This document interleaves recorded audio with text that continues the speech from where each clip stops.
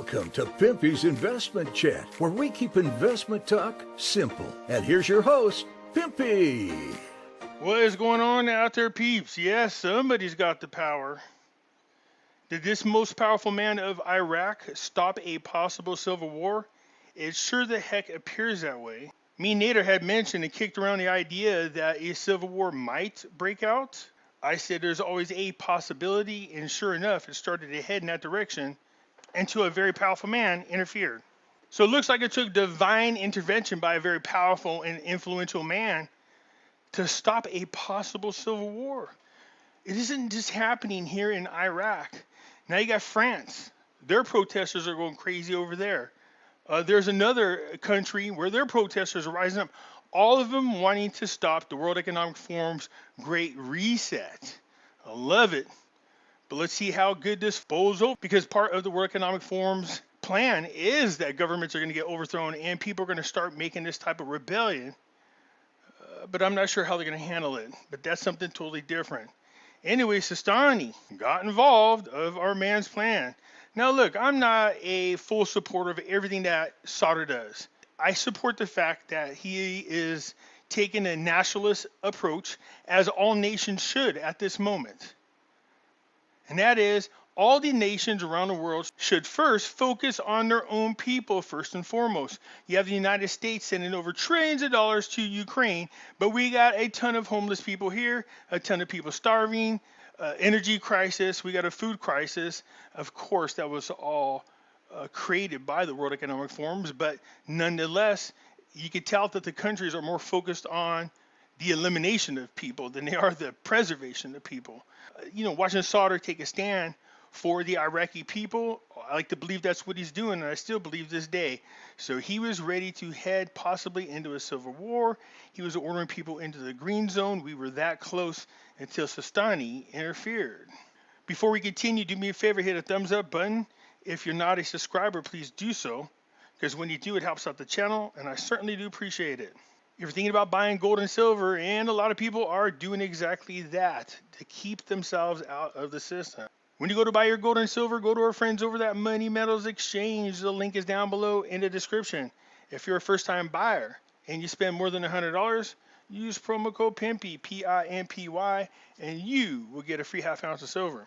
Although the Prime Minister Al-Kadhimi is asking for cooler heads to get back together and calmly negotiate things all the way through, I just don't see that happening. See, we are looking at good versus evil, and that's popping up everywhere. They're using the political and judicial system to prevent the type of government that Sauder wanted, which is a government of the people, by the people. And for it to go back to the status quo, especially ran by those corrupt people, the coordinating framework. So it's becoming a problem to the point where a talk is not enough.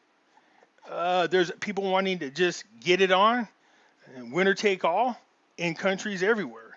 Nobody wants to fight with your own citizens. But when you're left with no other choices, I hate to say this, unfortunately, what else is there to do? How much longer can this go on? How much longer are one side or the other going to interfere with the agenda of the others? And that is all around the world.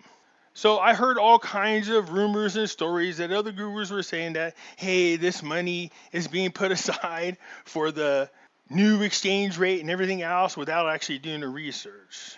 So again, these are just rumors. Customs clarifies the fact that trillion dinars were transferred from a government bank.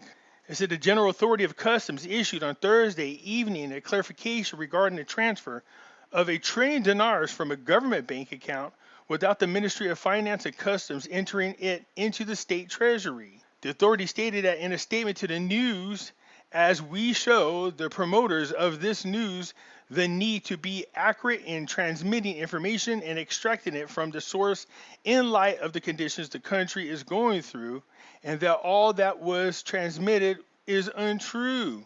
It has taken all legal measures with the original amount, which is in fact not mentioned in the news, and transferred it in accordance with the Federal Financial Management Law number 6 of 2019 through supporting documents that are duly controlled. Yeah, this is, look, man, I'm not saying this is who's responsible for this type of stuff, but it wouldn't be surprised. We know that our own CIA in the United States has been responsible for causing the destabilization of a lot of governments in order to have the old regime removed and a one of their choosing to replace it. So it wouldn't be surprising to find out that all these rumors and crap that's going on would be caused by our own CIA. I'm not saying they are, or a group like them, but that's usually what happens. And this is what's going on here. So it's the battle of the propaganda. The commission warned us some dangerous calls aimed at destabilizing societal stability and storming the foundations of the legal system by promoting information that shades public opinion to achieve political and material gains in light of the recent success of the commission. At the conclusion of the statement, it was expressed that determination to take all legal measures against those whose names were mentioned to promote this news, initiating an official case before the judiciary and providing all documents and evidence that prove the inevitability of this claim.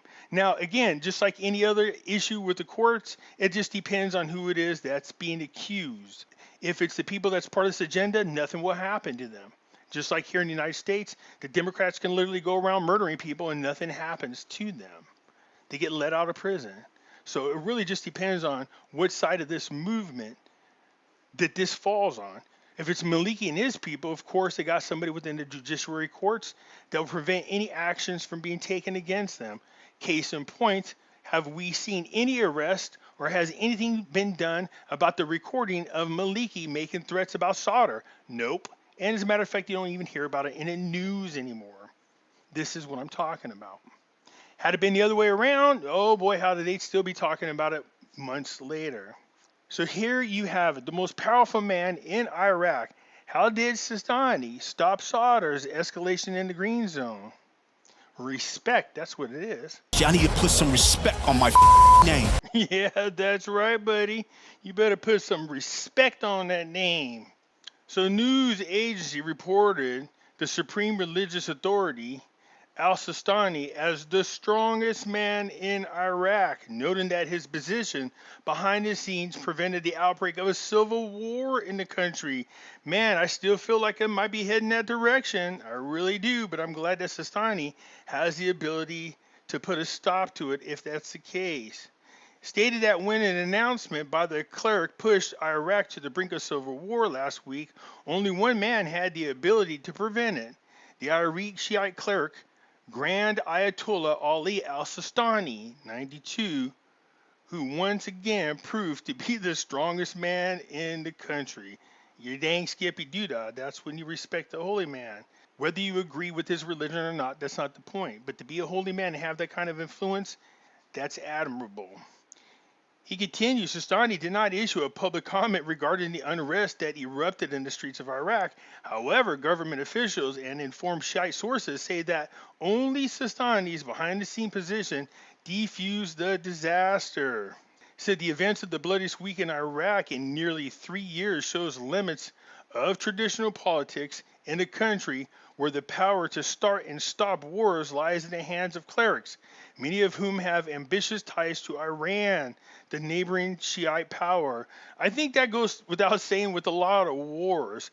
Somehow, some way, religion is usually behind it. We know that the Catholic Church is responsible for a ton of wars. Iraqis who took to the streets blamed Iran for fueling the violence, which began after the Iranian-based cleric denounced the popular Iraqi cleric Sauder and instructed his followers, including Sauder himself, to obey the order of Iran's supreme leader. Sauder's followers tried to storm government buildings by nightfall. They were driving around Baghdad in pickup trucks, brandishing machine guns and rocket launchers. Gunmen believed to be members of the pro-Iranian armed factions opened fire on stone-throwing Sauder's protesters. At least 30 people were killed. Then within 24 hours, it ended as suddenly as it began. Sauder appeared on television and called for calm. His armed supporters and unarmed followers began leaving the streets. The army lifted a nighttime curfew and a fragile calm fell over the capital. Oh yeah, that kind of power and control is what we're talking about right there. Throughout history, there's only been a handful of blessed men that had that type of influence. So Steiny seems to be one of them. So does Sadr. So here's a question I got for you. Will Sistani and Sadr end up being on opposite sides? I know Sadr is a huge follower of Sistani and he respects him, but he does listen to what Sistani has to say. But if Sistani starts siding with Iran-backed politicians, you might see some dissent coming from Sadr. I might be wrong, but that's just the feeling I get. Here's another one of those articles that everybody's losing their minds on, and all these other YouTube channels talking about the Iraqi dinar. Oh, this means something. When they said the transfer of the $1 trillion was because they're going to change the rate, I was like, no, that's not true, you guys. And now this is another one of those articles where something similar is coming out from the so-called gurus. The largest in the history of Iraq, huge number of central bank sales of the dollars for the past month. Yeah, okay, well, why do you suppose they're selling the dollars, a huge amount of them? That's because people are offloading US dollars. They don't have the same type of influence and power that they used to have.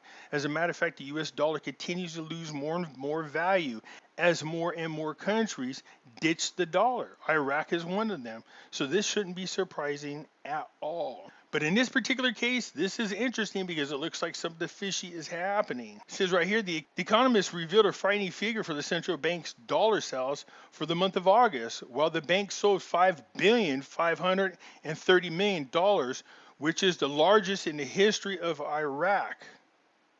It said $4,696 million were documentary credits for the purchase of goods, while the cash sales were $834 million, explaining that the oil revenues for the month of August were $9,784 million. The bank drained 65% of its oil revenues, and this number is huge. When the amount of opening documents for imports amounts for $4,696 million, imports of goods and services must be offset by the same amount. But what is happening is different, and the evidence is that last year, the private sector recorded imports of goods and others with the amount of $11 billion, while it was the bank's document sales amounted to $33 billion. In other words, what the heck happened to $22 billion? Says here, this means that an amount of up to $20 billion was bought with goods and entered through illegal outlets or from the Kurdistan region. Yikes. So we'll continue to monitor what's going on in Iraq along with other countries because it affects everybody else around the world. I'm curious to see, is Sadr going to all of a sudden be at ends with Sistani? Sadr is very influential, but I think Sistani is a much more powerful man just because of his holiness, his years of wisdom, and being in control of his people. Who knows? We'll see, because I think Sadr is at his wit's end. He wants to do what's right for the Iraqi people. I believe that. And I don't think he's going to allow anything to stand in his way. So right now it looks like he's in timeout, but how long will he tolerate that? You guys let me know. I look forward to your comments. Anyways, that's it for now. I'll catch you later. I'm out.